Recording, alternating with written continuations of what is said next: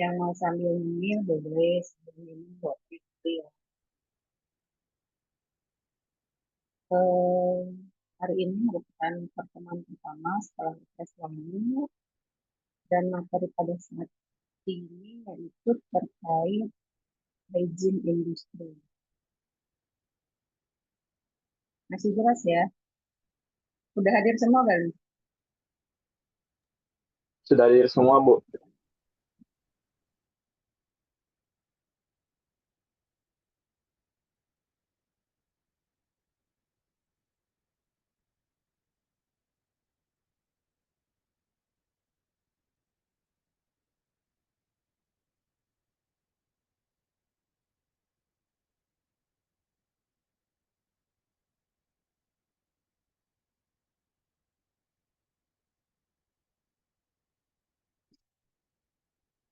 Hygiene industri ini merupakan bagian dari kesehatan dan keselamatan ya, yang latar belakangi hygiene industri ini yaitu biasanya lingkungan kerja itu tidak pernah terbebas dari bahaya kesehatan kerja dari personal pekerjanya, kemudian area kerja atau stasiun kerja, ataupun dari proses kerjanya ya, proses produksi itu sudah pasti ada unsur bahaya. Dan pekerja ini merupakan aset utama bagi perusahaan. Kalau tidak ada pekerjanya kan tidak menghasilkan proses produksi. Ya, pekerja ini apa disebut juga sebagai aset utama bagi di perusahaan itu banyak kejadian penyakit maupun injury akibat kerja atau cedera. Tentunya ya, misalnya banyak faktor, itu dari lingkungan kerjanya, pun dari gaya hidup pekerjaannya, gitu. Banyak faktor yang mempengaruhi. Dan hygiene industri ini juga bersifat mandatori dan mengharuskan perusahaan untuk menjaga dan meningkatkan yang artinya eh, hari ini merupakan amanah undang-undang.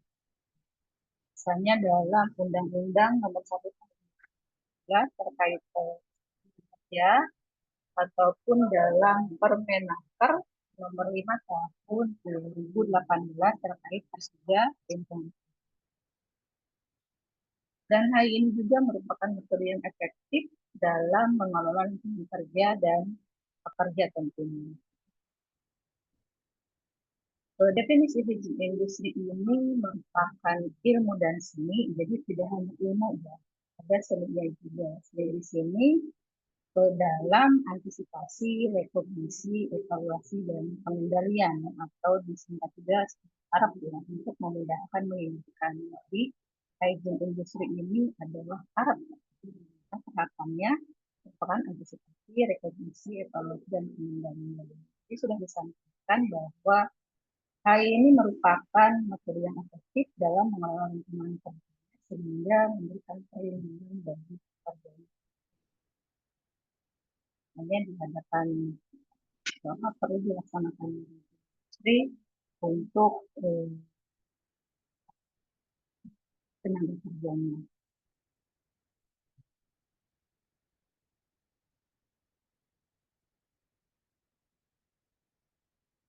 Ini tujuan dari HI yaitu melindungi pekerja dari potensi bahaya tempat kerja.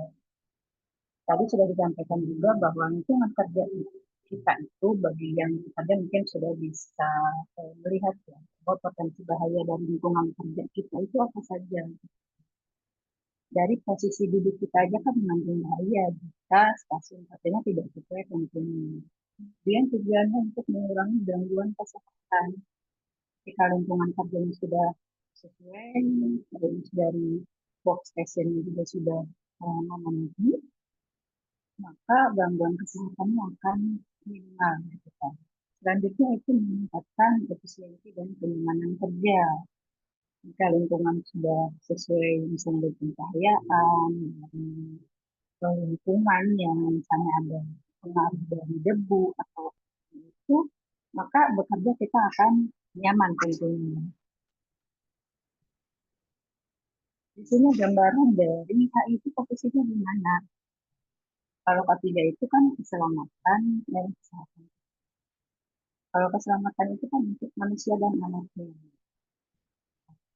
Itu terkait dengan manusia yang sehingga hygiene industri terletak di antara di posisi terkait dengan lingkungan kerja.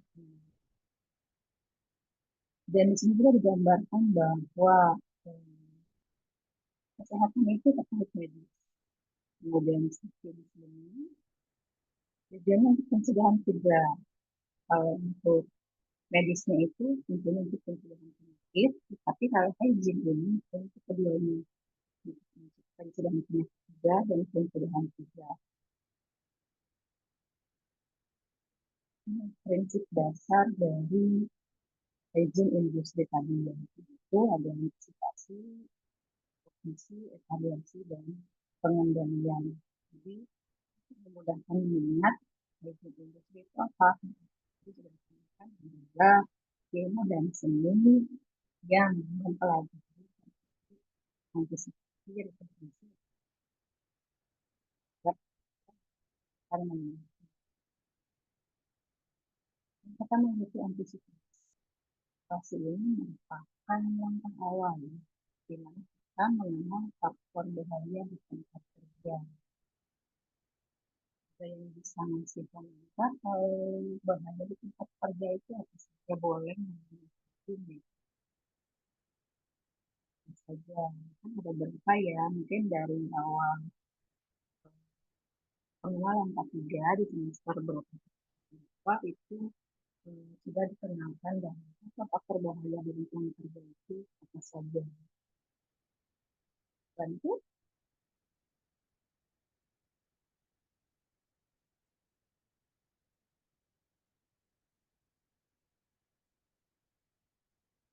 itu yang mantep lanjut aja ini.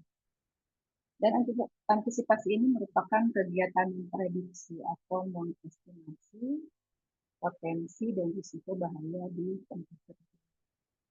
Bisa dilakukan melalui survei jalan selintas. Misalnya survei jalan selintas ini bisa dilakukan dengan keliling ya, ke bagian-bagian kerja. Dan di situ bisa dilakukan dengan memperhatikan juga perilaku pekerja, atau juga bisa dilakukan komunikasi dengan pekerjanya, sehingga bisa menggali informasi dari pekerjanya. Dan antisipasi ini merupakan tahap awal menerapkan prinsip-prinsip di tempat kerja dan memperkirakan adanya potensi bahaya dan risiko di tempat kerja. Lalu apa saja yang diantisipasi? Tentunya kita melihat proses kerjanya, kemudian peralatan kerja, mesin atau material di tempat itu ya antisipasi. Nah, ini langkah-langkahnya. Bisa dengan pengumpulan informasi, misalnya studi literatur, misalnya studi literatur itu ada di SDS ya, material asesmen masif yang merupakan dokumen biasanya itu dokumen informasi terkait bahan kimia dimulai dari jenis dari nama jenis kemudian bahayanya kemudian penggunaannya seperti apa.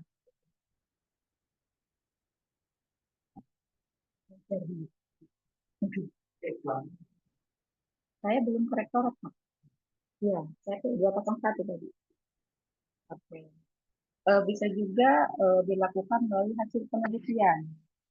Kemudian dokumen perusahaan, tentunya kalau dokumen perusahaan itu kan ada laporan-laporan rutin bulanan, mungkin tahunan juga, dan survei lapangan. Selanjutnya ada bisa dilakukan analisis dan diskusi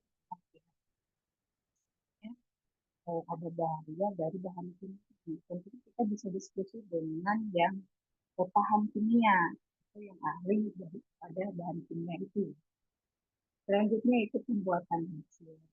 Hasil itu dicatat tentunya dari daftar potensi bahaya.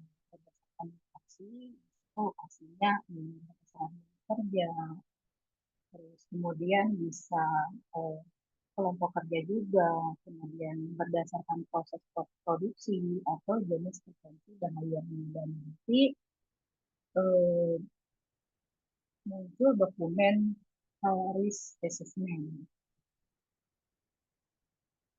Nah ini merupakan faktor-faktor bahaya yang ada di lingkungan kerja. Bahaya fisika itu adalah aktivitas penggunaan mesin, peralatan, dan kondisi lingkungan. Ini gambar yang pertama itu apa? Kira-kira apa bahaya? Dengarkan suara saya ini. Mungkin di sebagian nggak kedengeran, Bu. Ada yang bilang saya juga, Bu. Iya Bu, izin Bu, agak mendem gitu Bu suaranya.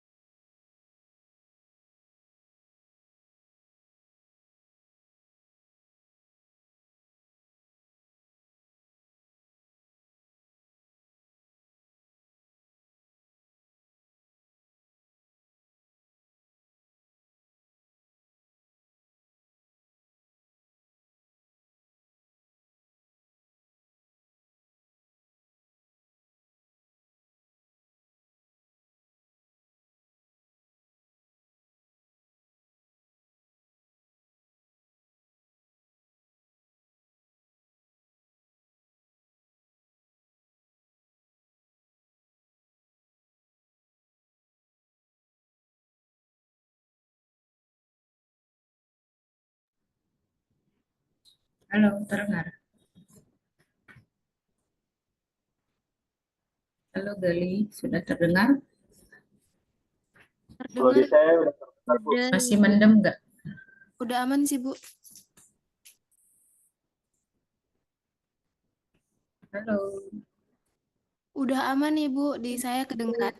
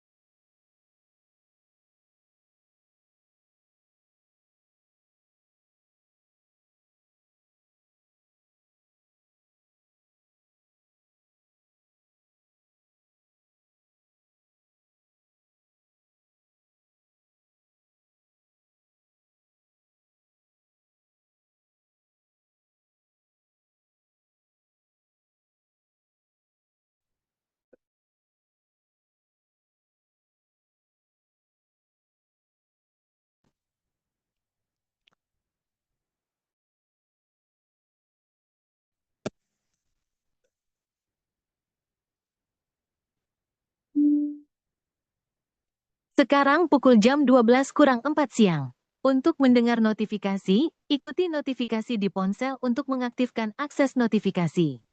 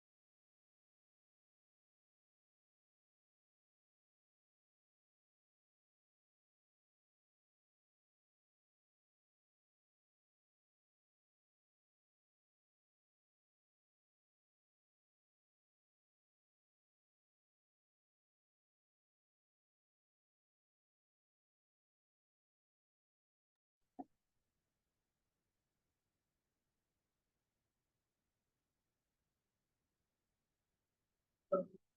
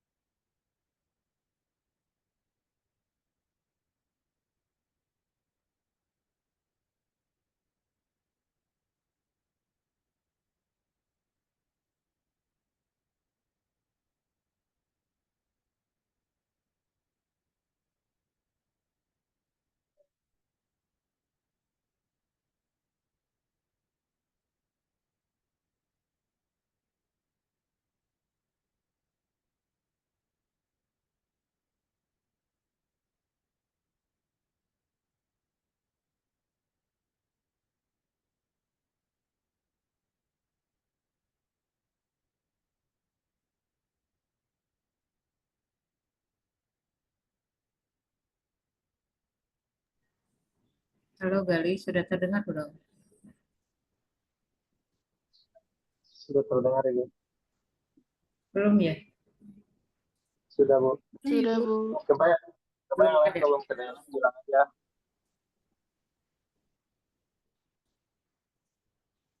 Sudah. Sudah, sudah terdengar.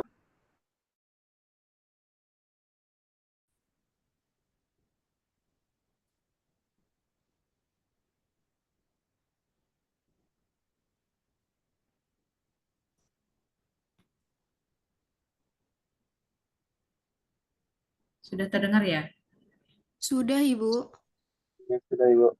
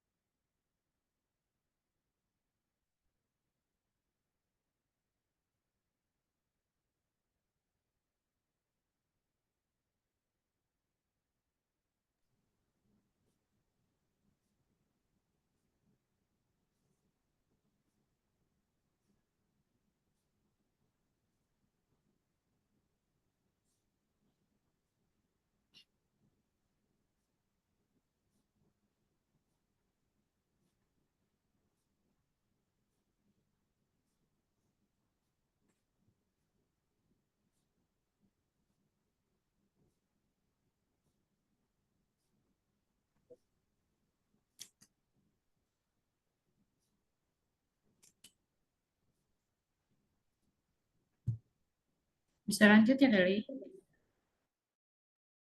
Ya, Bu, bisa, Bu.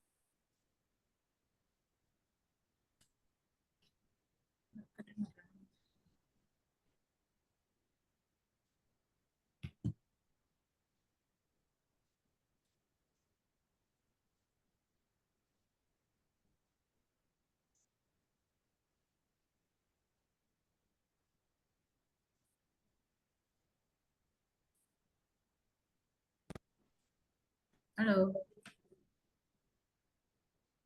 saya yang tidak dengar.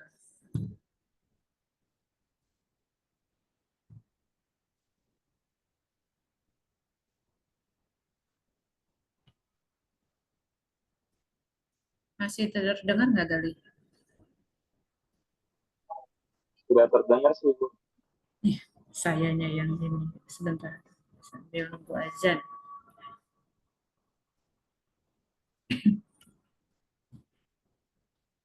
Sambil azan pelan-pelan aja ya. Oke. Tadi sampai di sini terlihat eh,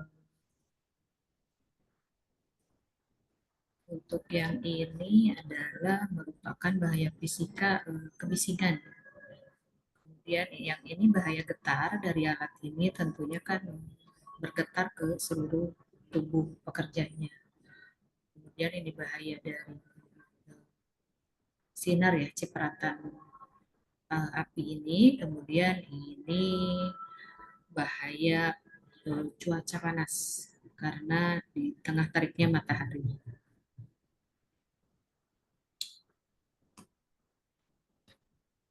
Selanjutnya ini adalah bahan kimia, merupakan bahaya yang berasal dari bahan-bahan kimia yang berbentuk padat, cair maupun gas.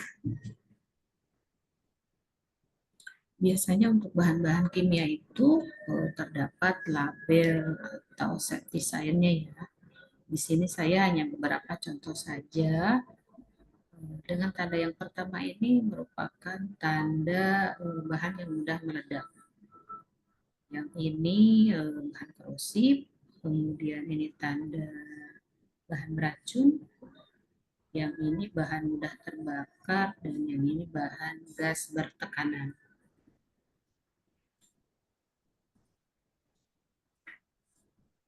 Selanjutnya ada bahaya biologi. Bahaya biologi ini merupakan bahaya yang berasal dari hewan-hewan atau mikroorganisme tak kasat mata yang berada di sekitar tempat kerja. Bisa ubah atau ada binatang buas juga ya, ada jamur gitu kan. Terus kalau misalnya bahaya biologi itu yang sangat risiko biasanya untuk dokter dan perawat di rumah sakit ya, kan ada virus gitu kan yang memungkinkan untuk terinfeksi.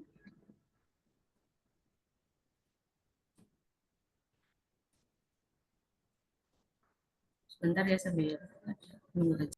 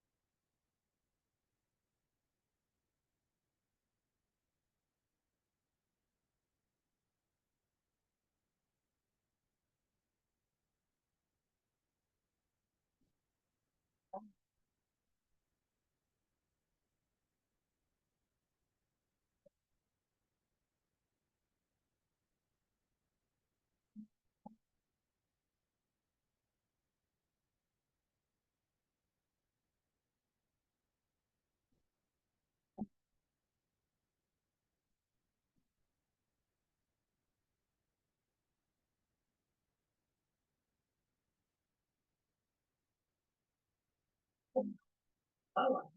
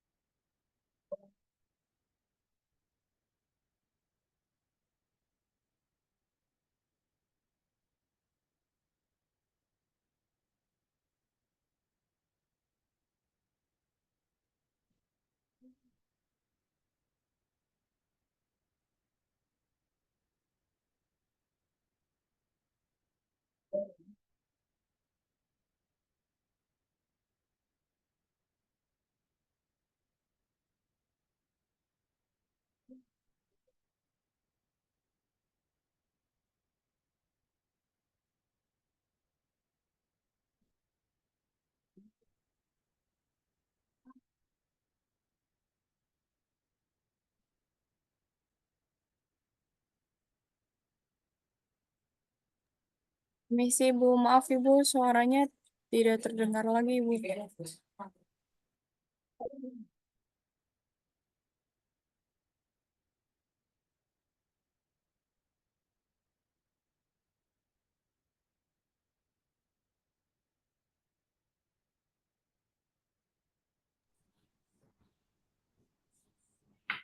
Sekarang terdengar? Terdengar, Bu. Sudah terdengar Ibu? Tadi lama ya? Tidak terdengarnya? Iya lumayan Ibu. Oke, saya ulang dari sini aja ya. Iya, tadi kan hygiene industri itu ilmu dan seni. Jadi tidak hanya ilmu, tapi ada seninya juga untuk pengendalian risikonya. Kan tadi tahapannya itu kan ada antisipasi, rekognisi, evaluasi, dan pengendalian. Antisipasi tadi kan mengenali bahaya, rekognisi itu bisa dengan pengukuran, evaluasi dari hasil pendataan pengukuran tadi kan bisa disesuaikan dengan kebijakan, dengan regulasi, misalnya dengan yang sudah tercantum dalam Permenaker nomor 5 tahun 2018 di situ. Misalnya untuk kebisingan itu nilai ambang batasnya berapa untuk pencahayaan gitu ya. Kemudian setelah dilakukan evaluasi adanya pengendalian. Pengendalian ini yaitu adanya hierarki pengendalian risiko. Tahapannya yaitu eliminasi, substitusi, pengendalian rekayasa, pengendalian administratif, dan penggunaan alat pelindung diri. Ini harus dilaksanakan berurutan, tidak bisa langsung ke APD.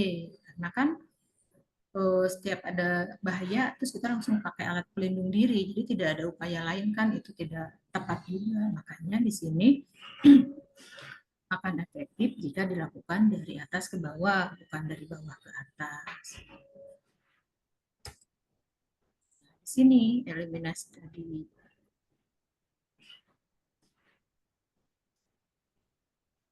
Eliminasi itu yaitu meniadakan bahaya atau menghilangkan sumber bahaya, tapi tentunya dari setiap sumber bahaya itu tidak bisa dihilangkan semua, gitu kan.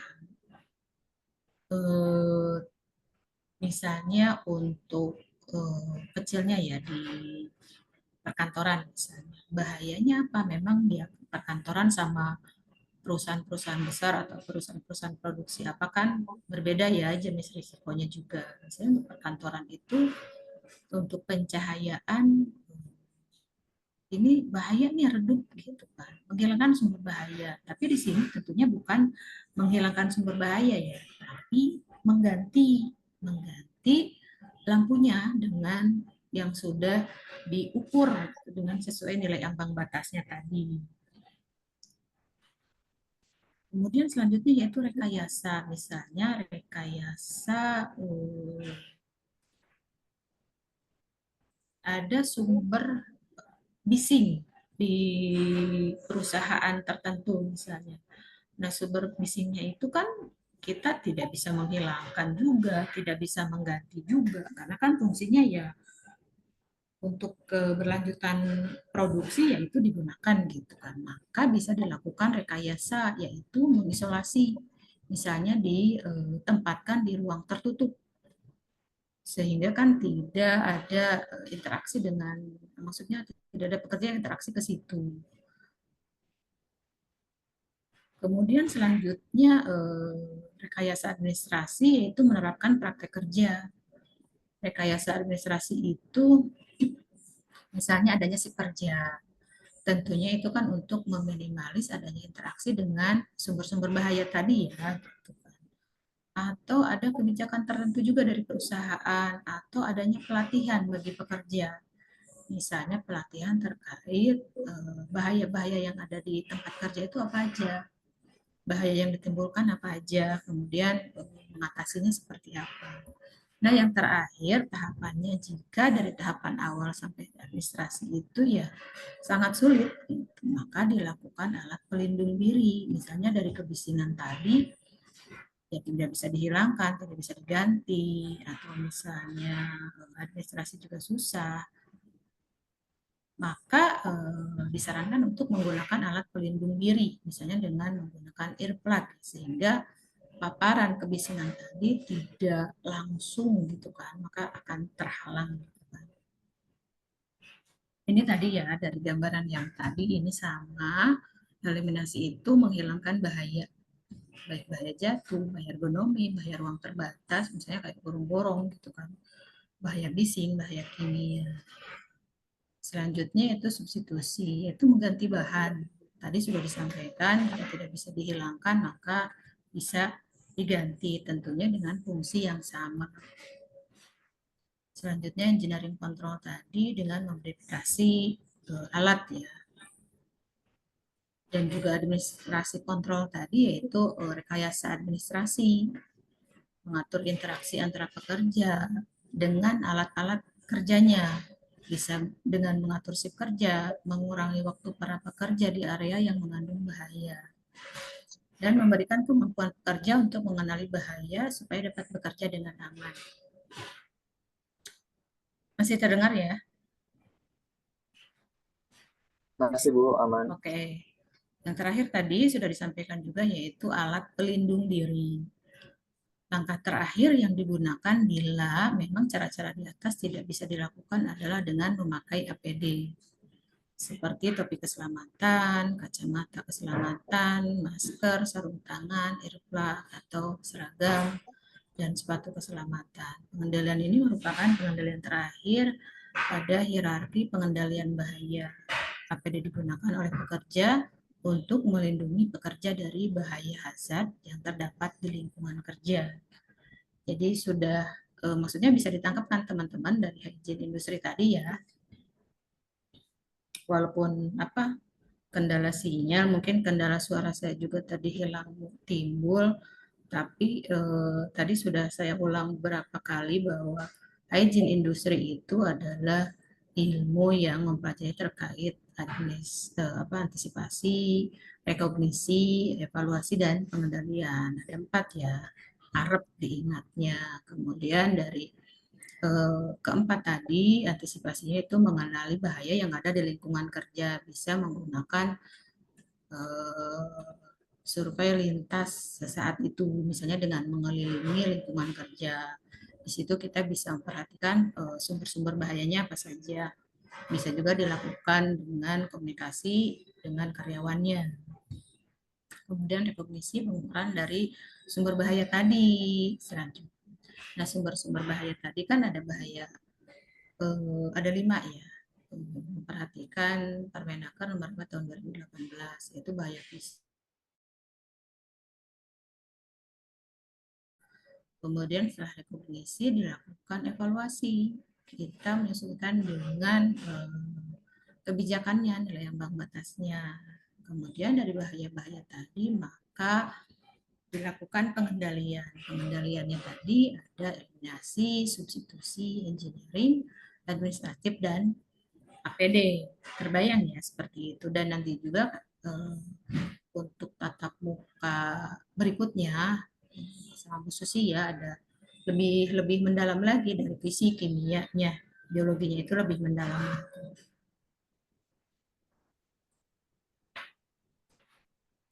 Ini beberapa contoh dari alat pelindung diri. Ada earmuff, safety goggles, face shield, safety gloves, safety clothing, dan masker. Untuk hari ini materinya sekian, dan apa ada yang mau ditanyakan?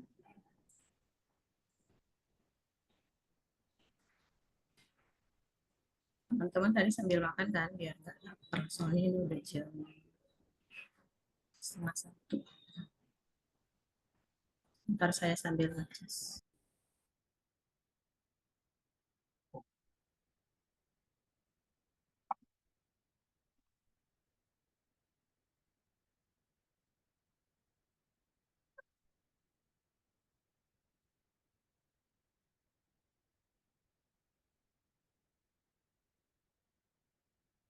Mana ada yang mau ditanyakan?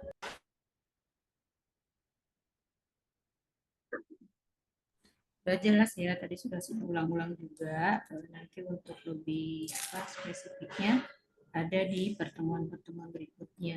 Hari ini kan hygiene industri secara umum. Nanti untuk minggu depan, sepertinya 3 minggu ke depan itu ada fisiknya, kimianya, biologisnya.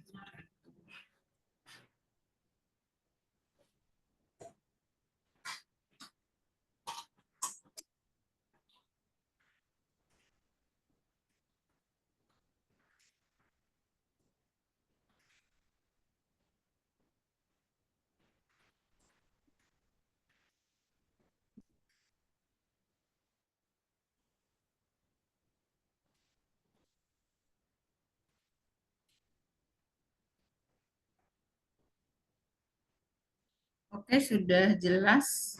Kalau tidak ada, cukupkan sampai di sini dulu untuk hygiene industri. Mudah-mudahan bisa ditangkap dan tergambar ya nanti. Saya unggah mungkin dibantu Mbak Aryani materi sama Permenakernya ya. Permenaker mungkin kalian juga bisa unduh langsung ya dari Google. Permenaker nomor 5 tahun 2018 terkait K3 lingkungan kerja. Di situ sudah ada ketentuan-ketentuan termasuk dari nilai ambang batas dari bahaya-bahaya di tempat kerja. Kurang lebihnya mohon maaf, dan mohon maaf ini kendalanya memang ruang kerja saya itu di belakang sehingga wifi-nya itu sering kendala gitu ya. Nanti ketemu saya lagi menjelang UAS karena beberapa minggu ke depan akan diisi oleh materinya Bu Susi. Sudah dipoto Gali? Belum Ibu, sebentar saya akan screenshot. Oke, silakan. Semua yang dulu dong semuanya. Yang atas dulu ya. 1, 2, 3. Satu lagi. 1, 2, 3. Dah. Oke, terima kasih ya Gali dan teman-teman. Selamat melanjutkan aktivitas untuk hari ini. Kurang lebihnya mohon maaf. Wassalamualaikum warahmatullahi wabarakatuh. Waalaikumsalam. Terima kasih. Terima kasih, Bu. Ya. Terima kasih, Bu. Warahmatullahi wabarakatuh. Terima kasih.